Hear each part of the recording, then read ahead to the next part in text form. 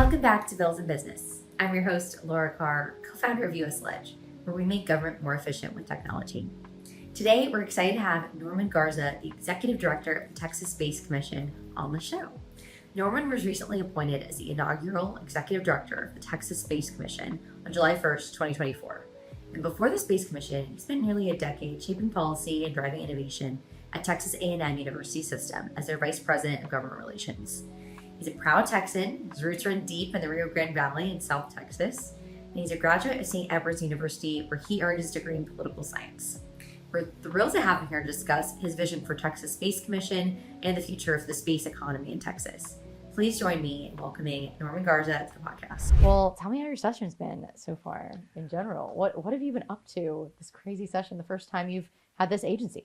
Yeah, so honestly, I was just visiting with some of your colleagues. I almost feel as though I'm a little disconnected after so many sessions back to back that I've been in the building, either working for a member of the legislature or a statewide organization, which I did for Texas Farm Bureau, or a major brand. It was an institution of higher education, Texas A&M, whereby my days were in the building, going to the committee meetings, following up on pieces of legislation, bringing in all of the right subject matter experts to have conversations. In this role, as Executive Director of the Texas Space Commission, I'm more up and out than I am down and in when it comes to engagement at the legislature on a daily basis. Okay. Yes, I am going. Yes, I have some board members that I'd love to talk about, and they come in both under the auspices of their Texas Space Commission appointment, but also their day jobs, because they have some really incredible experiences and expertise when it comes to the commercial space ecosystem, not just here in Texas, across the country and around the world. But long story to your question, as an answer from me, it's almost been like I feel like there's this whole other world at the Capitol going on that I'm not as closely connected to this session in particular because of all of the external engagements I've been part of since January, obviously.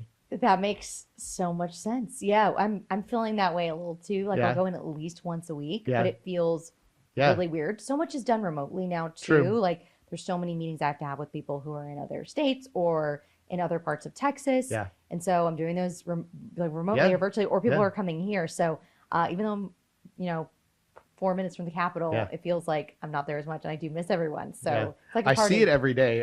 The Texas Space Commission is utilizing some floor space as our office location within the TxDOT headquarters building. Okay, cool. Right across the street from the Capitol, the Greer State Office building. So I see the Capitol every day, but I don't always go to it every day, which is kind of a weird feeling when folks like you and I have been in that building hours on end, day after day during every session. It's kind of weird to not be in there. But the Space Commission, particularly, there are some bills that aren't affecting our agency, but do affect the industry. So we're starting to kind of keep an eye on those. The Space Commission is administratively attached to the Office of the Governor. So we're engaged with those conversations when any bill might affect the operations of state agencies writ large. So in 2023, the Texas legislature appropriated $150 million to the Texas Space Commission Board of Directors to administer as a grant program. Awesome. House Bill 3447 by Dr. Bonin, chairman of the House Appropriations Committee. His district is the part of Houston where Johnson Space Center is located, and a lot of his constituency, whether they're students or employees or contractors and vendors, et cetera, are the first folks that were talking about this new mission from NASA headquarters called Artemis.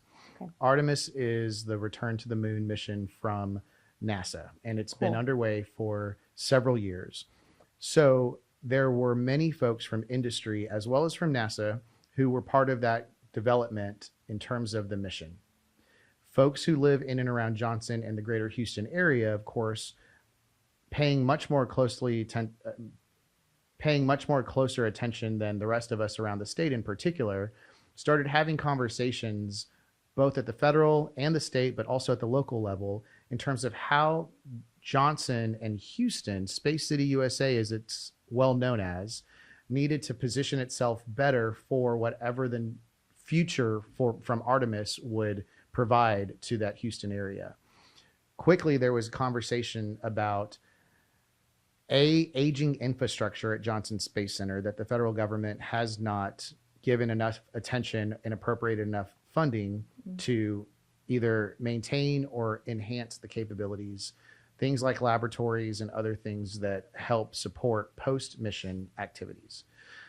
So that was one thing. And the second thing was questions that were being asked like, well, what is SpaceX doing down in South Texas? And what is Blue Origin doing out in West Texas? And what's going on in and around the San Antonio area? And there's conversations up in the Dallas-Fort Worth area as well. Who's tracking all of this? Who are the right people that can help the state of Texas at a leadership level understand the landscape and where things are going to be going into the future from the commercial space ecosystem, in addition to the ongoing federal government activities like NASA's mission called Artemis out of headquarters and a lot of stuff down in the Florida Cape area, but then what does it mean for Johnson Space Center? And so the running joke was, who's the one person that can write a one-pager about all things space related in Texas? It's not one person and it doesn't fit on one piece of paper, which is how the concept evolved into, let's get the right minds together. Let's vet some people. Let's ask them to serve as volunteers on a governing body for a new commission called the Texas Space Commission and give them $150 million to solicit proposals for the big ideas, whether it's from academia or from the private sector or from nonprofits, as well as local governmental organizations, et cetera, so that the state of Texas also had a little skin in the game when it comes to these emerging technologies. That whole portfolio of research, development, testing, and evaluation, a lot of that has been done using private capital from these different brands that are located around the state. So they have already demonstrated their interest in being located in Texas, hiring Texans as their workforce, bringing in all of the different hardware and software, creating these prototypes that hopefully will become commercialized for space, but not limited to just use by NASA. There's also Homeland Security and national defense perspectives when it comes to certain technologies, which affects the daily lives, like you and I, every morning getting up, using our credit cards, our cell phones, our cars and vehicles moving around. That's our way of life. And there are people in other countries around the world, adversaries of the United States of America, who have a priority to disrupt our way of life. And so if the companies here in Texas that are working on these really cool, innovative technologies can help even in the slightest protect our way of life by going through that RD&T phase, commercializing it, having it adopted either at the NASA or the DoD level, then talk about that narrative in terms of Texas helping Texans, but also the country and the world live in a safe place. I love what you're doing. I don't know if you know this about me, but I was the president of Alien Club. No, I need to know about this. Middle school. Goodness. And I used to do research on aliens at lunch, and I was always interested in space, still am. I'm very into like Neil deGrasse Tyson stuff. I watch a lot of his videos, and Michio Kaku. I love his kind of future books, kind of like a side hustle. You're going to have to go on a roadshow telling everybody about this stuff. It's hilarious that it's awesome. A fact that's happening. Yeah. And so when I was actually moving to Texas from DC, Yep. I was asking some mentors of mine, hey, I actually am really interested in space policy. And they Yeah. said, it's just not big here in Texas. Yeah. So that's really exciting that they are putting all this research and development. And now that you've started the Space Commission. Yeah. So how did you get interested in it? Has it always been something of interest to you? Good question. Thank you. I did not research aliens at lunch in middle school. I'm sure my library had something like that, but that wasn't what I was doing.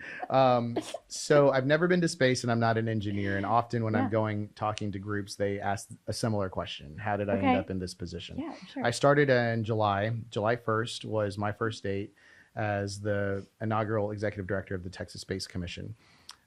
As you know, for the last 10 years, I was working at Texas A&M, and a lot of the faculty there were getting calls from federal and state officials, not just legislators, asking that question, what do we need to know when it comes to the commercial space ecosystem in Texas? Those calls were being made to academicians at UT, at U of H, at Tech, et cetera, Rice University as well.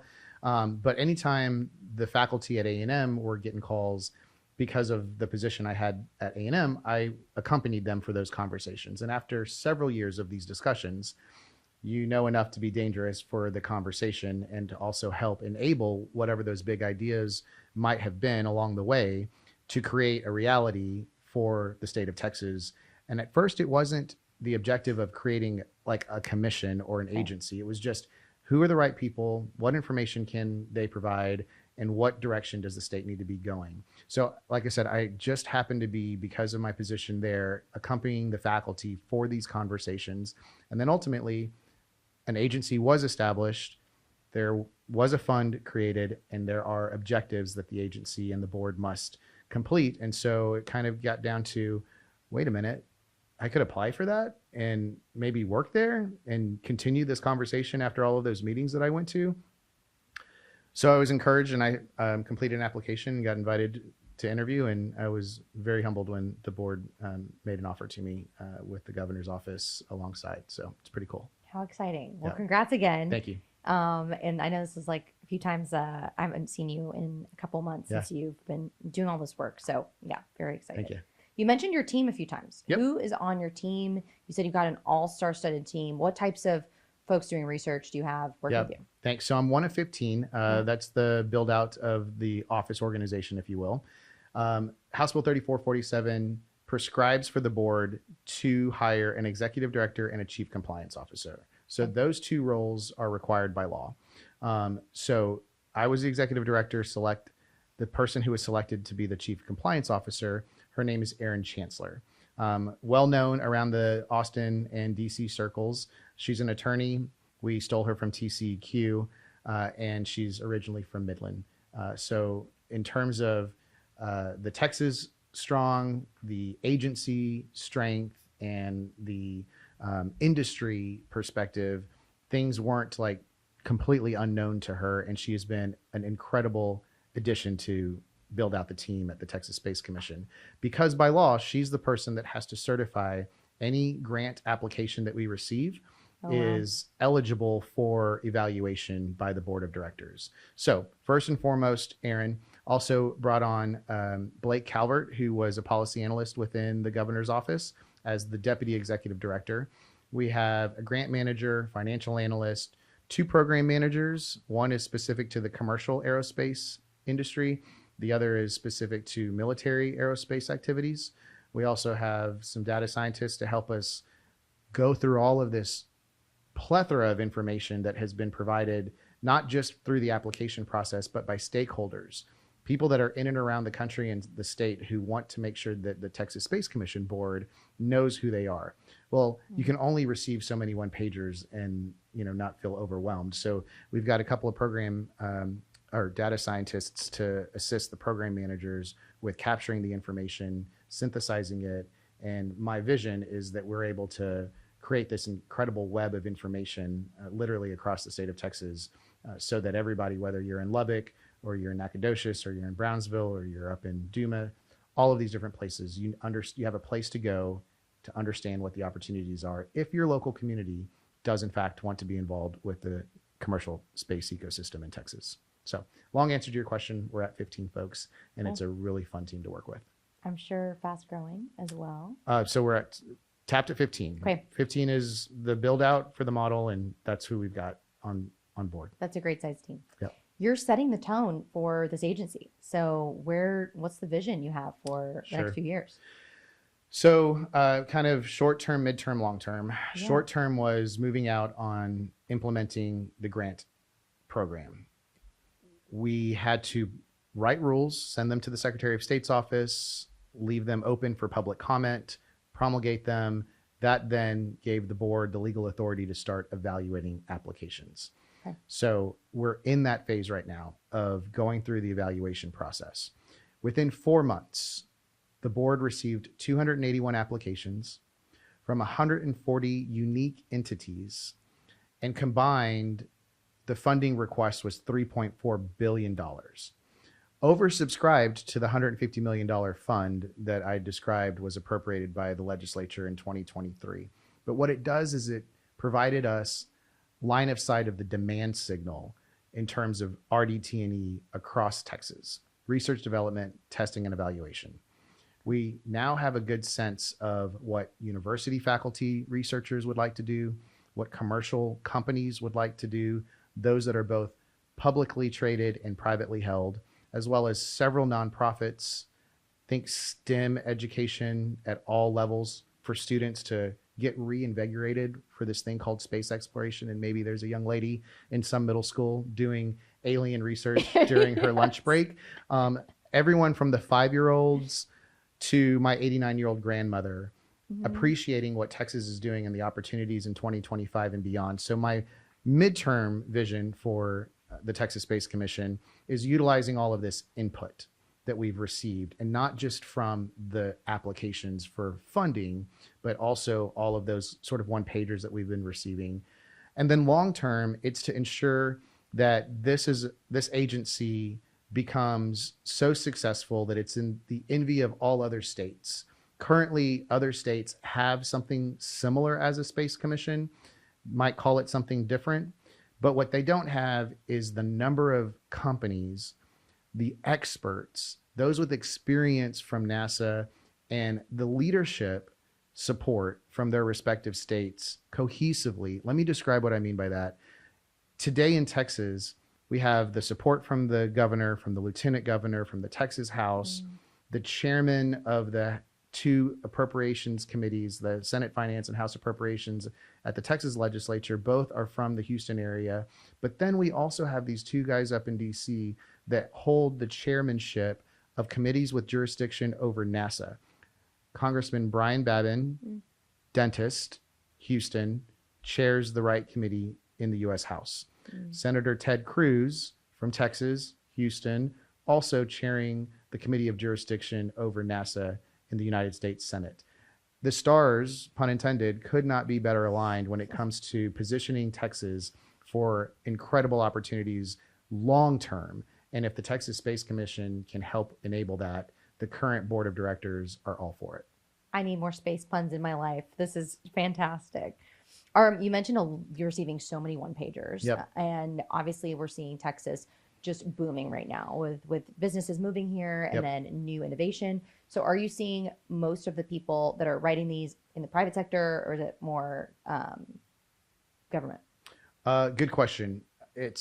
What we've received to date are coming from those private sector companies, not just those that are in and around the Houston area, but also in the Valley and Central Texas. Think the corridor of 35 between San Antonio all the way up to Waco, with Austin in between, but also out in West Texas, all the way to El Paso and the DFW area as well. I often like to ask the room, if I'm speaking in front of a crowd, whether anyone knows how many FAA designated public spaceports there are in Texas. I do not know. How many? 2. Okay. And what does that mean? Could you guess where they're located, though, first? San Antonio. Good guess, but no. And West Texas? Yes, specifically Midland.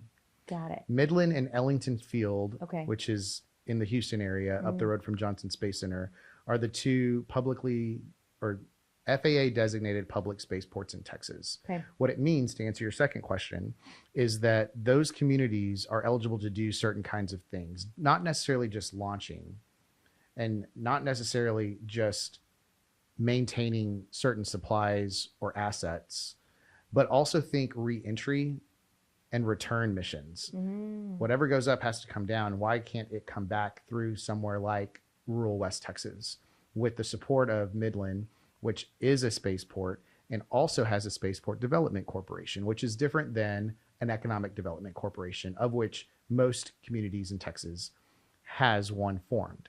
What it means is these communities are sending a signal around the state, throughout the country, and around the world that if you want to be present in Texas, come to my area. We have a spaceport, or maybe they don't have a spaceport, but they have a spaceport development corporation. There are plenty of locations around the state that I've learned have not maintained a spaceport development corporation, but once upon a time created one. And over time, it just became defunct. So there's a lot of places that I've learned are interested in having their local officials create a spaceport development corporation. What that does, like I said, is it sends the signal for folks to come somewhere to Texas. So, long answer again, sorry, to the I questions that love you're it. asking. As long as you like. But there's some great opportunities, obviously. Are you trying to help expand these spaceports? And is that a lot? Is that not that many compared to other states? Good question. So first off, House Bill 3447 provides the guardrails for which the Texas Space Commission operates and how we can utilize the $150 million fund. So let me start there. Your question was about spaceports and whether the Space Commission is charged with helping expand the current ones or create additional ones, I think.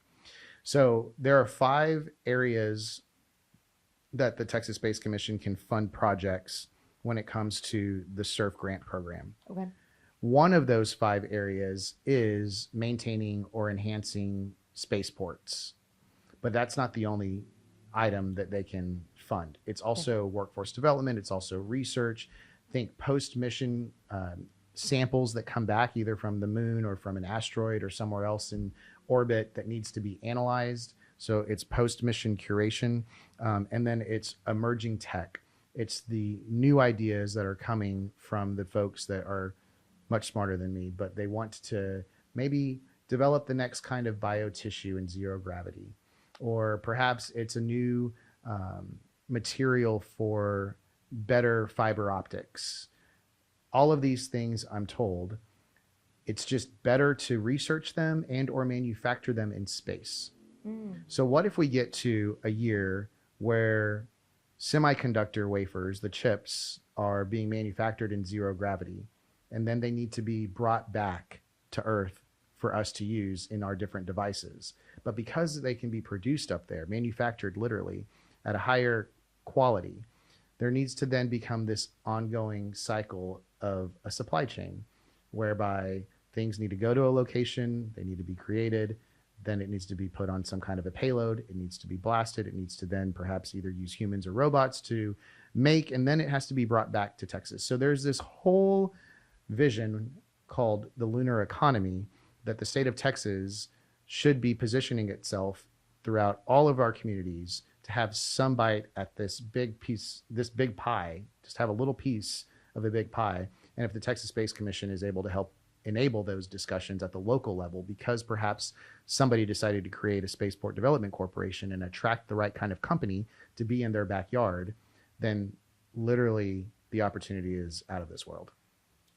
I love the space puns. Yes, seriously, keep them up. So you mentioned like SpaceX and Blue Origin. What other types of companies are you seeing popping up that you can talk about that you're working with or helping in any way? Sure. Well, just in the last 10 days, plus or minus, maybe about 15 now, 4 companies that have roots in Texas have done some really incredible things off this planet.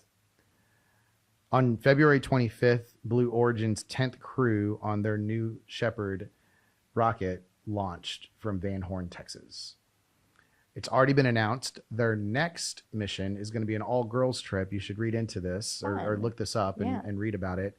Mr. Bezos' fiance and her best friend and a couple of other ladies are going to have an afternoon girls trip to space, a little bit different than just going to a spa day. But that was Blue Origin. On February 26th, Intuitive Machines, that's a company based in Houston. They launched their lunar lander that made its way through space and over to the moon. And ultimately, that's the second asset that this one company here in Texas has launched, and it has gone to the moon. On March 2nd, Firefly, another company just up the road from Austin in Cedar Park, their lunar lander mission began, and it landed on Texas Independence Day on the surface of the moon. Tonight, there's going to be a lunar eclipse for us here on Earth, and it will be a solar eclipse on the moon for this lunar lander to capture video footage and transmit back to Earth. So in the morning, we can all watch this new film that was captured tonight by a device that was made by a Texas company. The We'll have fifth, to share that video. Yes, So when this airs, definitely. that will have happened. Please. So we would love to. Well, let's add that in. Here's a footage of that beautiful James eclipse. post a production ad.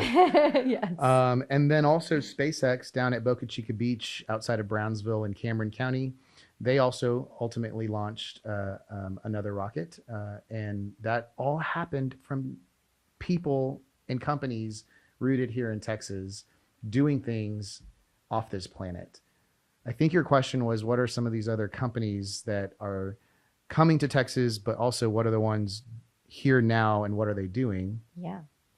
We've learned that there are satellite manufacturing companies that want to set up shop. We've learned that there are some hypersonic engine companies that are wanting to do some high altitude, long range testing. Think between perhaps the Houston area and the Brownsville area, or the Houston area and the Midland area. We've also met with several generals of the United States Space Force. They are tracking from a military perspective what innovation these privately held companies are doing and what technologies might be created with advanced materials to operate in extreme environments that they might one day be interested in using from a warfighter perspective. And so there's also this big push for there to be more guardians. Guardians are the term of the warfighters for the Space Force, whereas you have Marines and soldiers and airmen for all of the other branches. For the Space Force, they're guardians. Okay. There's already a small presence of them out in El Paso, connected to the University of Texas at El Paso, because the lady who's the president of UTEP, her name is Dr. Heather Wilson. She used to be the Secretary of the Air Force. Okay. When the Space Force was created by President Trump, Dr. Wilson was the Secretary of the Air Force. You can just imagine her Rolodex. And she's tracking what is needed from a pipeline perspective, both workforce and education, as well as the commercialization of these technologies that might be adopted down the road by the Space Force. So there's conversations about how Texas, just like Governor Abbott and others, helped to attract Army Futures Command to be located here in Texas, right up the road in Austin. One day, perhaps there's more Space Force commands placing guardians, warfighters, and their families somewhere in Texas. Not necessarily only out in West Texas at El Paso, but perhaps also across the entire state. So those are some of the other conversations that are underway. Therefore, the opportunities truly, truly, truly are exponential. Oh, yeah. Out of this world, as we say. Yeah. Is your role specifically with the Space Commission to meet with these companies? Is it helping with economic development? Are you helping grow these opportunities? Or kind of what's your role in that with the companies? Sure. Yes, it's always economic development oriented. No, I don't have the keys to any rocket ship, nor do I have a spacesuit. My brother and buddies are asking, does it fit right and all this kind of stuff. Don't have one. So it really is from an economic development perspective, maintaining those companies that are already located here in Texas that have been putting their own skin in the game for years. Truly their capital, regardless of whether it was from one person or from a fund or from this incredible investment scheme that they have properly done over time, but it's also helping them to expand their footprint. And then hopefully other companies are seeing the benefit of their competitors or their competimates being located here in Texas, and that encourages them to move to Texas and set up shop somewhere.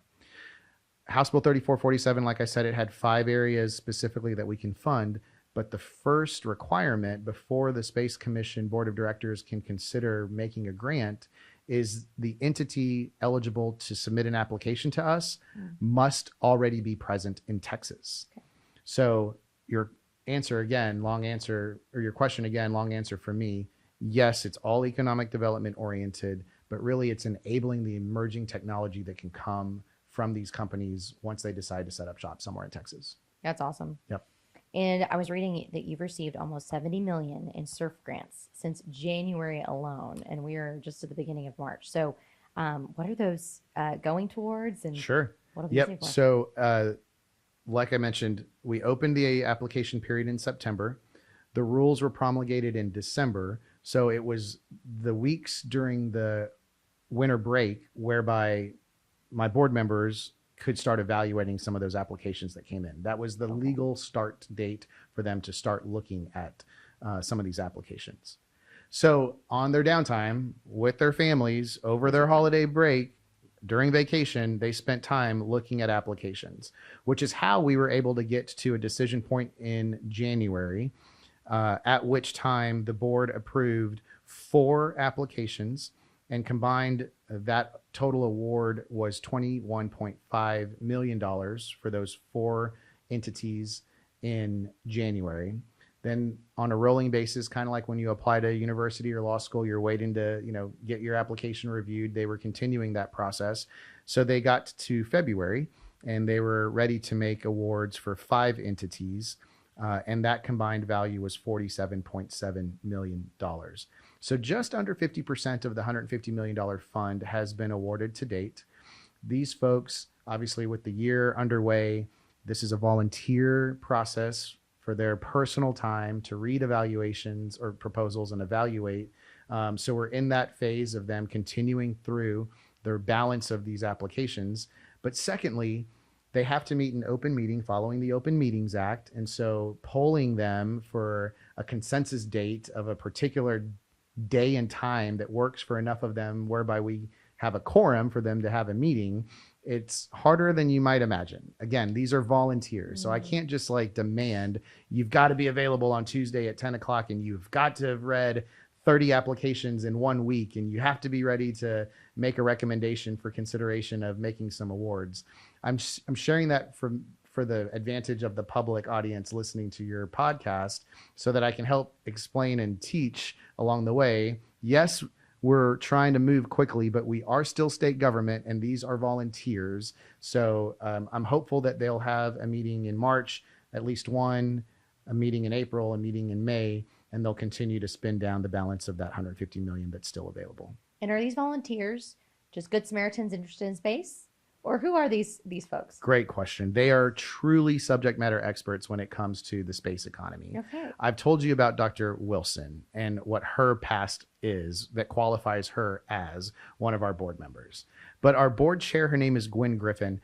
She grew up in and around the NASA world because her father was mission control director at Johnson Space Center, plus many other hats that he wore along the way during his NASA career, both down at the Cape in Florida, as well as up in headquarters at DC.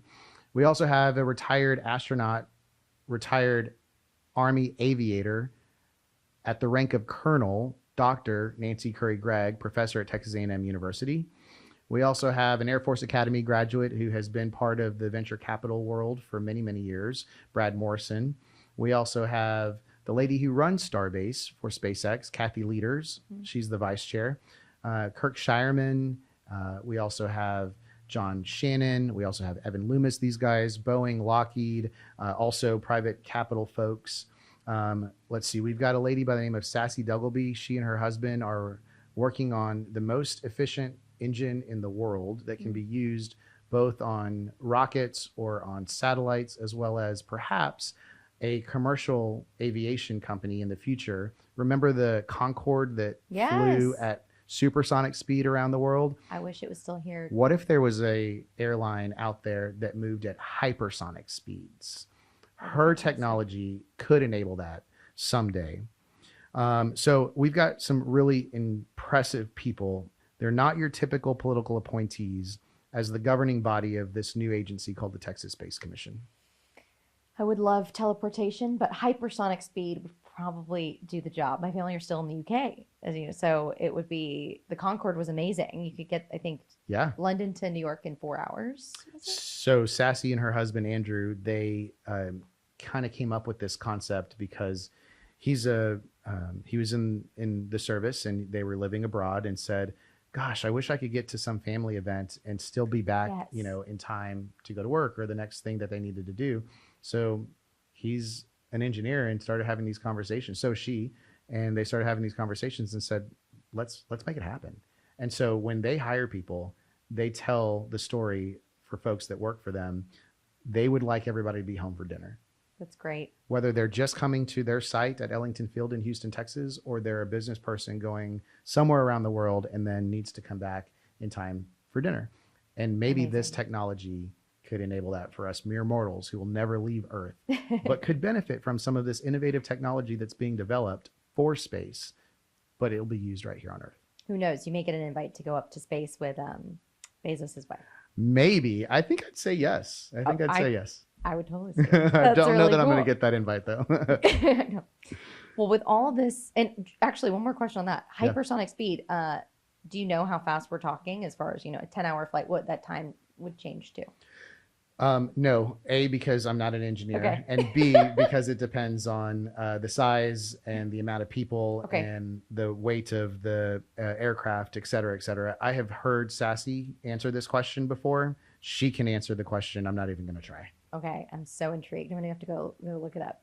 Well, with all this, really exciting potential innovation, you're talking about manufacturing from space. I'm just thinking jobs, right? There's Yeah. a lot of new jobs, and then workforce training is going Yep. to be huge. Yep. How are you helping with that?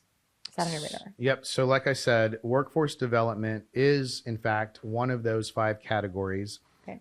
whereby the Texas Space Commission can appropriate or award funds from our SEARF grant program through the $150 million appropriated by the legislature. Ultimately, what would be in the best interest of all of Texas is if some of those funds, if they're going towards workforce development programs, it will support this whole new pipeline of people that are capable of working at any of these space companies. It's not like you need to be overly trained just to work at SpaceX or just to work at Blue Origin or just to work at Firefly or Starlab or Venus, et cetera. There's a lot of transferable skills between people who are currently employed within the oil and gas sector and those who might want to be employed within the commercial space ecosystem. They all work with really advanced materials under extreme conditions. They also work with really flammable and or hazardous fluids and chemicals. They also have to move all of these different products. So think supply chain logistics, whether that's on rail or on road or on boat or in the air. There's a lot of different capabilities that Texans already working somewhere across the state could easily pivot and move into the space world. So we just need the right kinds of job requirements from those employers to understand how the state of Texas, whether that's through an institution of higher education, such as Texas State Technical College System, TSTC, or other junior colleges, 2-year institutions around the state, much less those bigger advanced degrees like mechanical engineers or electrical engineers at the master's or PhD levels. A couple of other things I want to pull on here.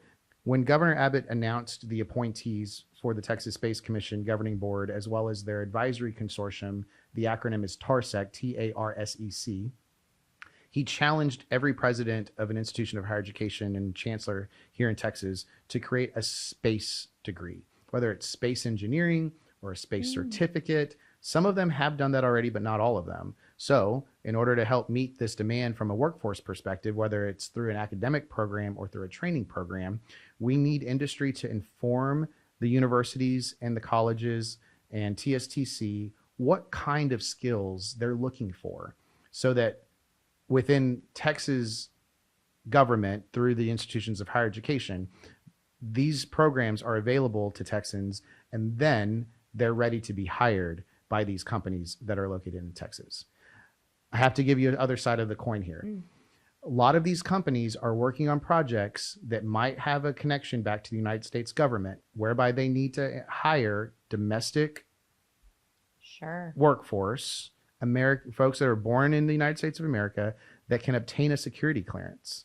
So we need to take advantage of, for example, veterans that are retiring from the military and are already vetted and are ready to go into the workforce when it comes to space, because their training in the military as well as their backgrounds are the right kind of profile that these companies might want to hire. Additionally, we need to help students who are eligible to undergo security clearances. Their background checks start while they're still in college, as crazy as that sounds, so that when they graduate, they have their degree, they have any additional certifications that might be useful, and they have a security clearance. So when they get hired by these companies working on these U.S. government contracts, they're able to be part of that conversation on day one, not a year later once their security clearances are processed. That makes sense. So there's a lot of overlap then with what you're doing at the state level and the federal level. How are you working with the federal government? Yep. So a lot of conversations, like I said, with the U.S. Space Force, as well as with DARPA. There's also the Defense Innovation Unit, DIU, which is part of the Secretary's office at the Pentagon. So a lot of these different folks and programs at the DC level are connected to some of my board members. And these conversations have also been underway in the background, separate and apart from the grant evaluation process, because that's short-term goal. Things like discussions that we're having now are sort of midterm goals, so that long-term Texas is positioned to really be the epicenter when it comes to that space economy or that lunar ecosystem, as well as anything that deals with national defense. Exciting. It is. And we're midway through session. Yep. So what are some of your legislative priorities you've been working on so far on your team? Sure. So we're monitoring bills that might not have a direct application on the Texas Space Commission, but there's general bills out there that affect every state agency in Texas. So we're monitoring those. There's a couple of others. Senator Middleton, Representative Paul, for example, they have legislation that deals with franchise tax for space companies. There's also transportation funding that's important to TxDOT for a lot of the communities whose roadways are getting torn up, for lack of a better word, when it comes to moving the big pieces of equipment for the space companies. It's very similar to the same conversations that have been had over the past several years with regards to the oil and gas industry in Texas, other renewable energy efforts. Think pipelines for horizontal drilling when it came to be a big thing where I grew up, the Eagle Ford Shale, Pleasanton, Texas, just south of San Antonio and Atascosa County, at the top of that, but also the Barnett Shale, also out in West Texas, et cetera. So funding for other state agencies is something that we're also monitoring right now during session. It's not a singular game here for just getting more resources and authority to the Texas Space Commission. Rather, it's how to divide the load and conquer together all of what's required for the entire state of Texas to row the boat in the same direction here for space economy efforts. So things at the Higher Education Coordinating Board, things at TEA, things at DPS, things at TxDOT, all of these other agencies that the legislature might either be passing a bill or appropriating dollars are other things that we're monitoring at the Texas Space Commission this session. Cool. Have you been testifying at all? Not me, but our board chair, Gwen Griffin, was invited by the Texas House Committee on the Delivery of Government Efficiency. Yes. The DOGE Committee, Yes. chaired by Representative Capriglione. She testified last week, I believe it was. All the dates are running together in my mind. And she did an overview about what how we're functioning as a state agency. And her comments were well received. She did get some direct questions in terms of some of the awards that we've made and explaining what the conflict interest process is as an example for our board. Because of their past experiences and expertise, it's inevitable that one of the applications was going to be a conflict for them to consider a proposed project. So she was answering those kinds of questions, but I did not personally testify. However, we participated in the DOGE Committee, and then the House Appropriations Committee held an interim hearing back in the fall, and Gwen testified there as well. Well, we can, we occasionally do this, but we can share her testimony. Link- So we'll link that- we'll show it right Link here. that for yeah, your viewers. Yeah, that'd be Exactly. great. We'll show Yep. Gwen's testimony. Awesome. Thank you. Yeah. What are some of the biggest challenges that you're seeing with the Texas Space Commission? Sure. Several of the challenges include how best to ask a question and who is the best person to provide the answer. Back to things like informing what kind of workforce needs companies have to attract the right person to work at their location. We're working on developing a survey to send out through TARSEC and the Space Commission's contacts. Okay. TARSEC is the Texas Aerospace Research and sorry, I'm going to say that wrong. I got to read it. All the government acronyms. I'm yeah. sure there's plenty in Texas aerospace. Aerospace Research and Space Economy Consortium, TARSEC. They too have a 9-person group appointed by the governor, lieutenant governor, House Speaker, as well as the UT System Chancellor's designee, the A&M System Chancellor's designee, and the Rice President's designee. Why Rice, often people ask, is because this guy by the name of President Kennedy made a pretty impactful speech at Owl Stadium years ago, just up the road from Johnson Space Center as we know it today. All to say, what we're trying to make sure occurs is we have the right information after we've asked the right question through the right mechanism. A challenge is just synthesizing all of the information that comes in as well. So we, just like every state agency, is having to go through the regular rigmarole of the procurement processes in order to have the right access to software so that our expert staff who are capable of working on these different kinds of projects have the tools that they need, but that takes time.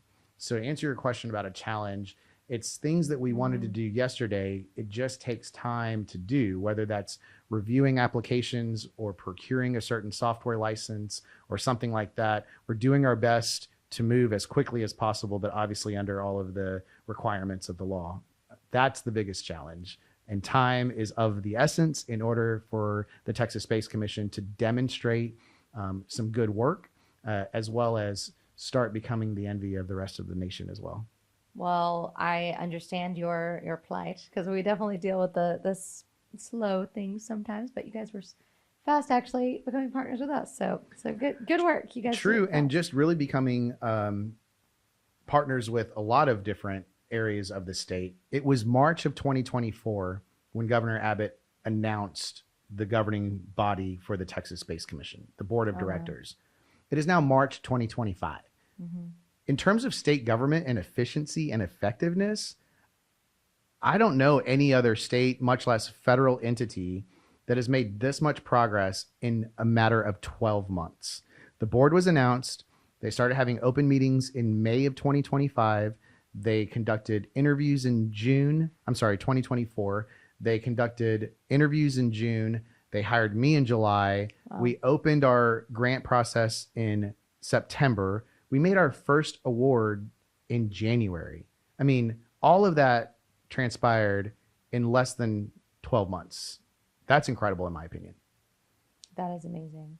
And we're seeing so much change in Texas in the rural areas. You've mentioned a lot of the different locations that there's a space port, but then there's places like Bastrop with a mega center. Yeah. What are your thoughts on kind of rural development and how it's changing Texas? And Sure. So I always answer this kind of a question by saying you have to appreciate who the local leaders are in these different communities, because if they, under their leadership in coordination with their constituency, they're at the local level. Think towns, municipalities, counties from the rural parts of the state. And I grew up in it, so I know exactly how this can sometimes go really well or really bad. If they've decided that they want to put the marker on the table and say, we're open for business in whether it's Bastrop or elsewhere, that's the first step. And I commend those local community leaders with deciding through their locals, with local support, their local processes, that that's what they want to do. Then they call their state reps and their state senators and their congressmen, others, and say, we really do want to be the location for something. Bastrop is well known because of the Tesla mega spot there and who owns it. But there's other parts of the state that might not yet have anything to do with the space economy, but want to. I've learned that other communities in and around Austin, but also out in West Texas, even some in along the Gulf Coast, are interested in filing the paperwork and creating local spaceport development corporations. If they did that, there's no better way to formally, officially, and publicly put that marker on the table and say, hey, companies around the United States or any other parts of the world, come to my backyard, let's have a conversation, and let's figure out how we can get you to be here in Texas. The Space Commission is within the Office of the Governor, but there's another division that I have to brag on within the Office of the Governor, which is the Office of Economic Development and Tourism.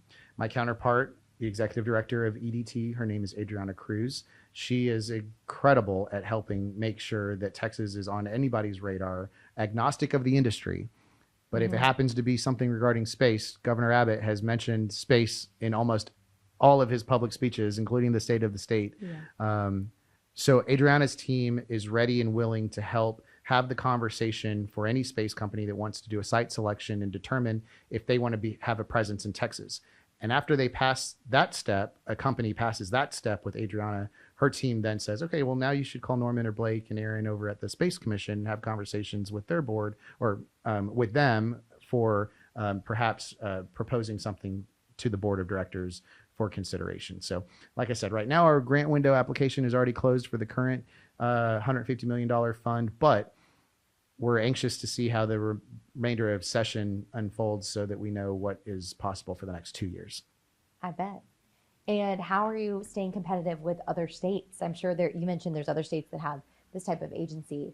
So what are you doing there? One of the biggest examples is Space Florida. That's a big conglomerate. It's a political subdivision of the state of Florida. They, of course, have Kennedy Space Center, and Space Florida has been around for a while. But what they don't have is the mission as clear and direct as the Texas Space Commission does, which is here's money, create the fund, identify proposals, fund the projects, make some really cool stuff happen. Theirs is much more complicated and a little bit more bureaucratic, as I've understood. Several of my board members and I have gone to other places, whether it's Washington, D.C. or California. We're going to participate in a major conference in Colorado whereby industry is located as well as military presence will be in attendance to tell the story about the Texas Space Commission and to make the comparisons about what it is that we're doing versus whether it's Florida, Alabama, Colorado, Virginia, Alaska, California, any of those other states. And every time we go to any of these gatherings outside of Texas, folks come up to us and say, wow, the Texas legislature, Governor Abbott, all of the big leaders in Texas that have decided to create this commission, we're paying attention. We're watching how quickly the Texas Space Commission has stood up and moved out, and the first 2 rounds of awards that have been made using almost 50% of the $150 million fund, it's catching their attention. Mm-hmm. The governor and Gwen met with the acting NASA administrator, Janet Petro, at NASA headquarters in Washington, D.C. last month. The first thing that she said was, boy, we sure are looking at everything that y'all are doing down in Texas.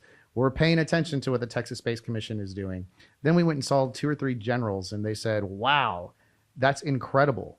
I sure hope that the legislature continues to give y'all additional resources and it doesn't dip lower than what y'all were provided in the first year at $150 million, because there's a lot of their programs that they might be able to come and stack on top of any awards that the Texas Space Commission makes to some of the eligible entities who apply and are awarded funds from the SEARF account.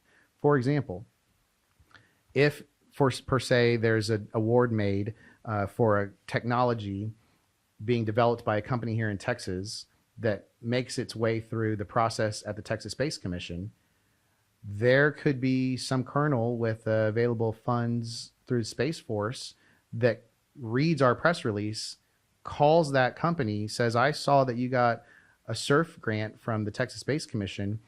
I think you should also submit an application to my organization because we have some federal dollars that might be leveraged so that you can do more than just what you asked the Space Commission to fund.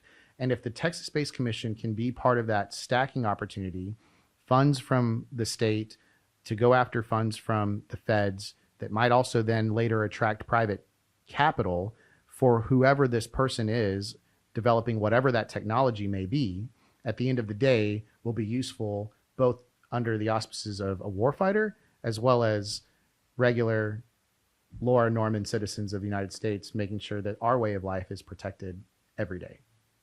Well, that's a lot of praise you've been getting. Congrats. Thank you. And so that's only a year in. So there's, where do you see the vision of this 10 years from now? 10 years from now, it would be great to look back at whatever full amount of time I spend at the Texas Space Commission and be able to say the inaugural team, the inaugural board made sure that the state of Texas through the Space Commission is the epicenter of America for everything to do with outer space. That is a very broad and ambitious answer to your question. But in 10 years, if we've attracted more companies, if we've enabled more technology, if we have trained more people, if we have brought economic development advantages to as many communities around the state as possible, and at the end of the day, everyone around the world knows that Texas is part of the space economy, that will be a success in 10 years. So exciting. What do you say to anybody who's looking, who's a student, high school, college, who's kind of looking to get into this field? What advice would you give them? First thing I would encourage them to do, regardless of their field of study, is to ensure that they have some situational awareness, whether formally through a class or maybe it's through a club or some kind of other program when it comes to commercial space. Don't just go read the NASA website. Look at who these other companies are. Read what their missions are, understand the profile of the people leading those companies today, which they're not all engineers for the record, so that they can appreciate the opportunity. If they're, for example, a Texan, they grew up somewhere in the state, they stayed in state to go to college, they're ready to get hired by some company utilizing their university degree. They need to understand that if you want to be a lawyer, you can still be hired by a space company. If you want to be a dietitian, if you want to be a farmer, if you want to be the actual manufacturer of certain things, products, devices, etc., you can do all of that here in Texas. So go get whatever degree you want, but make sure that you're understanding what the opportunities are, regardless of your field of study, whatever discipline that you're going to become an expert at. You don't have to go to Florida. You don't have to go to Colorado. You don't have to go to California to get that space-related job that you might want, like I said, as an engineer or a doctor or a lawyer for that matter. You can do it right here in Texas. You can do it in the heart of Austin. You can do it down in Houston. You can be hired down in the Valley, out in West Texas. The whole idea is to help students understand, if you want to work in the space industry, go to college, get whatever degree it is that's going to help you wake up every morning and go to work and do good. But you can then get hired by a company still here in Texas. Space farmers are really stood out How to me. about that? Well, You got to it makes grow sense. food. You got to grow food. It makes sense. Yeah, So there's a it's a thing. whole, at A&M, there's a big There is. ag division. I'm trying to remain a little neutral here, but I can talk. I can Right. talk Aggie Land a lot if that's okay. Yeah, always. Okay, final thoughts and a kind of closing question, probably my most serious of the day. Okay. Aliens. Give me the story. Any scoop, anything you can share. That's not a file that I've received yet. So Really? There's I been know. No one's briefed me on it. Nobody's invited me to participate in that conversation. Maybe I need to go read some of these books from your middle school lunch days. Yes. But I have no insight to, either enable your imagination or hinder the world's contemplation of whether or not aliens exist. There's been a lot more discussion at the federal level with these committees coming out. So that's Yeah. why I was curious. It's becoming less of a silly conversation and more. That's true, and you're right. mainstream. It is a serious topic, but it is not a duty of the Texas Space Commission unless statute is changed this session. Let's hope. Well, thank you so much for coming on the show. Any final thoughts where companies can reach out to you and share how people can find you? Yes, ma'am. Thanks. It's pretty cool to share. Yeah. Our website is space.texas.gov. I highly encourage everybody to go to our website, read about our board of directors, understand the process for funding that we currently are following today. Hopefully we are able to continue that over the next 2 years, but we also have an ability for folks to sign up for our newsletter, register for any event notifications, etc. I have to give a plug.